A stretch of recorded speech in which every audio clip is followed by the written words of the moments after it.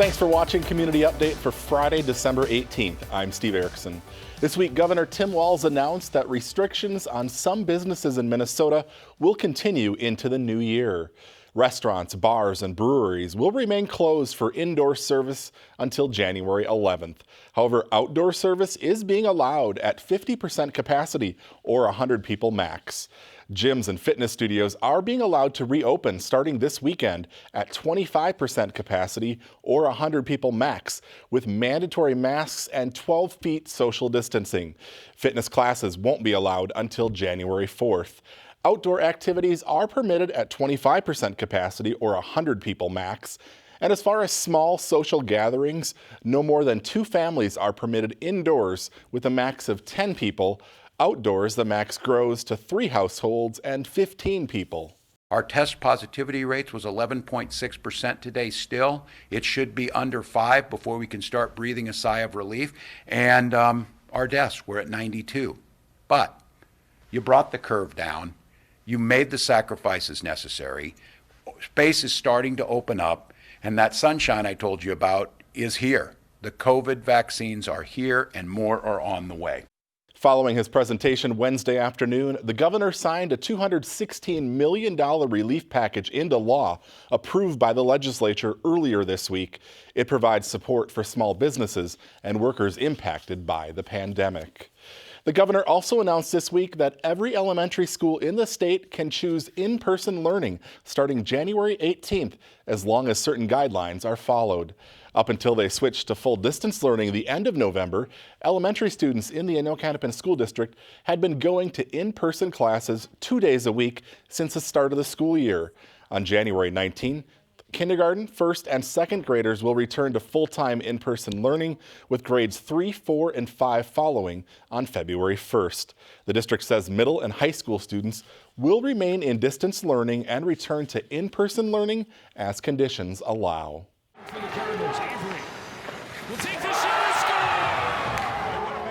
Also this week, the governor announced that practices for both youth and adult sports can start up again on January 4th.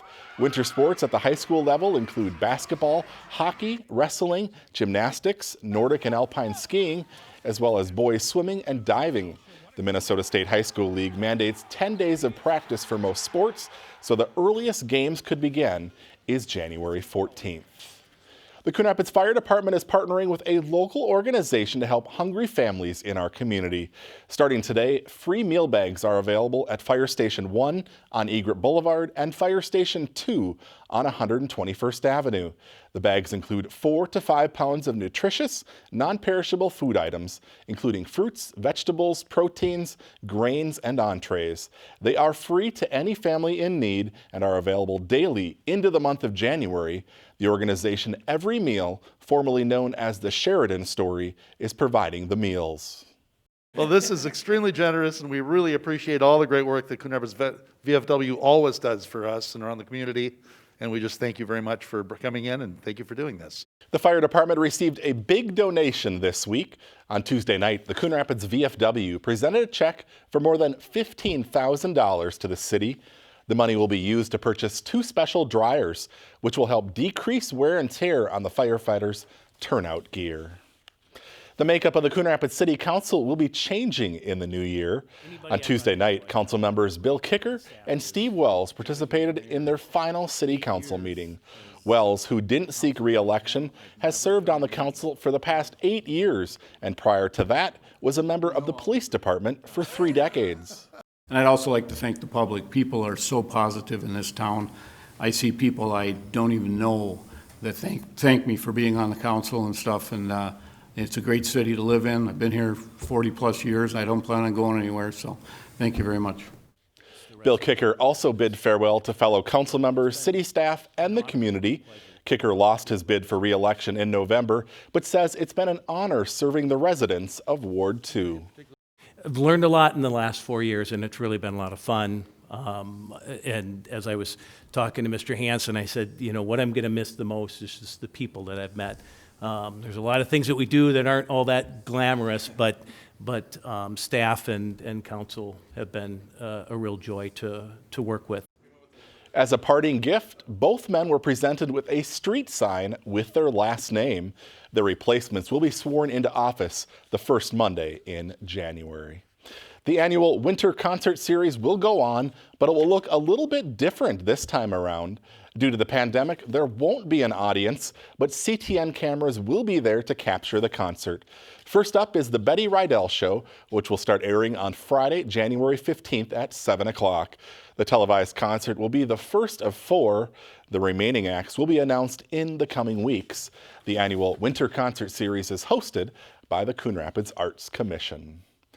The winners of the annual Holiday Lighting Contest have been announced by the Coon Rapids Arts Commission. The first place award in the motion category goes to Alan and Colleen Hallberg at 12401 Partridge Street. Second place was awarded to Jerry Murphy at 10940 Magnolia Street.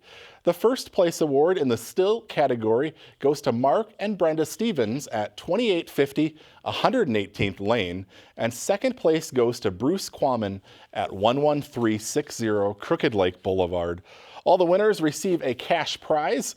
For a map of all the locations entered into the contest, log on to the city's website, coonrapidsmn.gov. Then you can drive around the city, check those out. We've also posted all of the entries, a picture of all the entries on our Channel 14, our information channel, so you can check that out as well. Well, on that note, that brings us to the end of this show, which is our final episode of the year. We know 2020 has been challenging for many and are hopeful for brighter days ahead in the new year. Have a safe holiday season, and we'll see you back here for our first show of 2021 on Friday, January 8th. Thanks for watching.